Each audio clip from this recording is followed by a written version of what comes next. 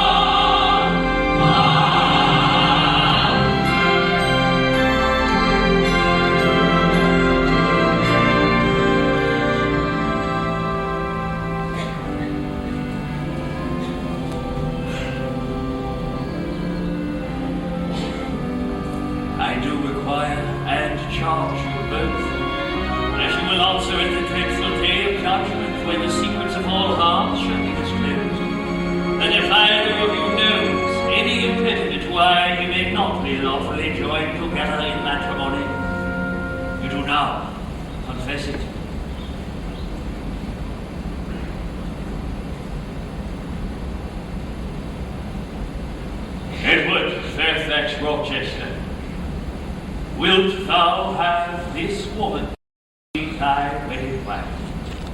Wilt thou love her, comfort her? This marriage cannot go on. I declare the existence of an impediment with a ceremony. No, I cannot proceed without further investigation. I can prove my allegation. Well, what is the nature of the impediment? Mr. Rochester is already married. He has a wife now living at Thornfield Hall. I saw her there this summer. I am her brother. At Thornfield Hall? Well, that's impossible. I am an old resident of this neighborhood, sir. I have never heard of a Mrs. Rochester at Thornfield Hall. No, my God. I took care that no one should ever hear of her. Vicar, close your book. There should be no wedding today. What this man says is true. I have been married, and the woman is alive. Vicar, Mason, Mrs. Fairfax, I invite you all to the house to meet Grace Poole's patient, my lovely wife.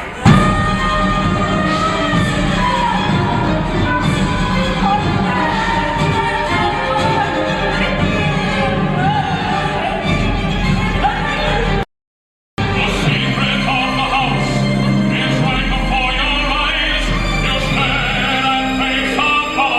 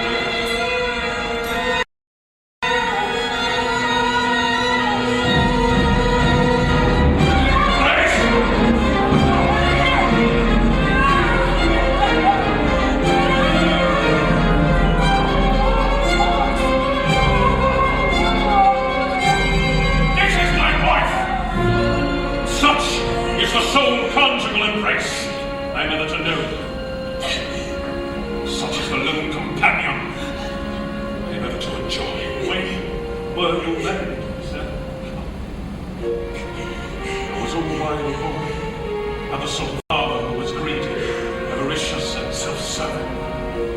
My father resolved one day he would not divide his property and willed it to my elder brother.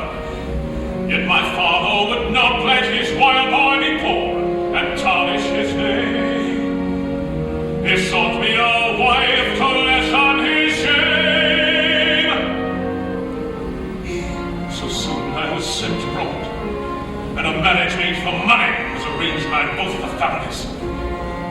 She was a tall beauty. I was dazzled, I was stimulated, senses were excited. I thought it was love, or madness, just the blindness of youth. I did not know her secret, did not know the truth. But my father knew, and her brother too, that disease was in her blood. She soon began to change. I was living with a demon, and 30,000 pounds they could seek us plot against me. There was nothing I could do. The law was in their favor, and I was naughty first to be so cursed. I have unchaste propensity. I thought my life was through. Then a voice someone inside me said, "It's time to live in freedom. You've done all you can do. Keep us safe and give us shelter. Was I wrong toward my liberty? I hired Grace Poole to care for her. She tends her full time. Loving you, Jane, is my only crime. Jane, you hear me, son? Oh.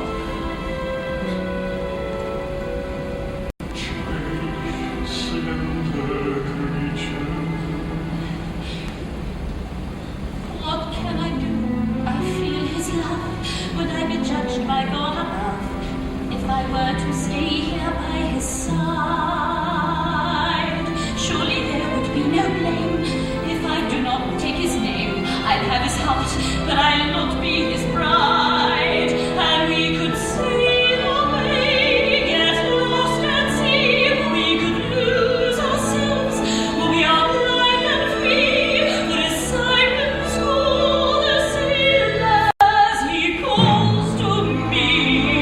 Lord, is this to be my wrath? I pray there was a reason for my birth. Is this what you would have me do? Break my sacred vow to you? Destroy the laws of heaven here on earth. What can I do? I feel his love, but I be judged by God above. If I will not dare to hear his call, curse the passion, dim the flame. If I cannot take his name, I cannot take anything that I want. Or let me sail away and make this vow.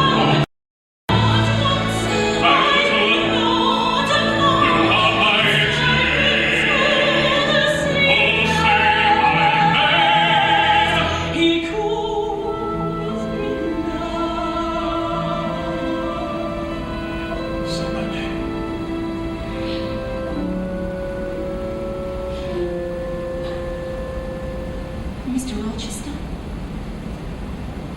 I must part from you for my whole life. You go one way and let me go another. I do. This is bitter. It is wicked. It would not be wicked to forgive me. It would to obey you. But where shall I turn for a companion? For some home. Do as I do. Trust in God. Believe in heaven. And hope to be together. Jane!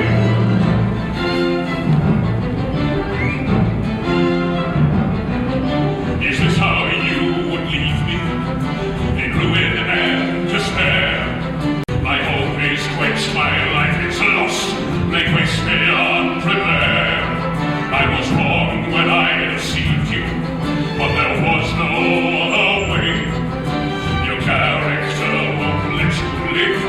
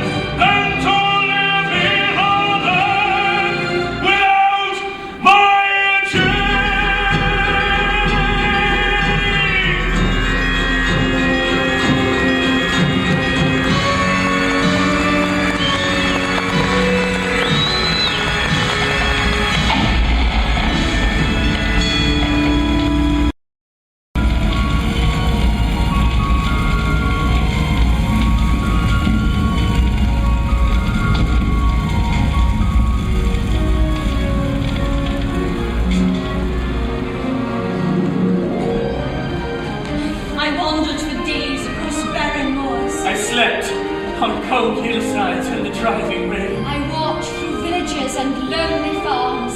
Destitute and hungry, I begged for shelter, and I begged for bread. But everywhere I went, I was turned away. After 4 long days, my strength quite failed me. Faint with hunger and desolate of heart, I lay down to die in dusk. Gentle audience, may you never feel what I then felt. May your eyes never shed such stormy, scalding, heart-wrung tears as poured from mine. May you never appeal to heaven in prayers so hopeless as in that hour left my lips. For never may you, like me, dread to be the instrument of evil to what you wholly love. Rain falls from the sky, fresh on my skin, kisses my face. I drag myself up, weary I walk, guided by grace. There in the darkness, a flicker of light, leading me onward, over the moors toward a winding slope that leads to a house that I love.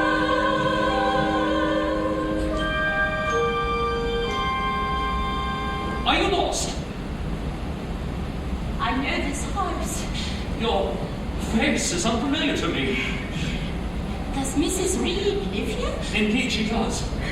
Are you an Mrs. Reed is my aunt. How strange. She never spoke to me of a niece. I'm not surprised.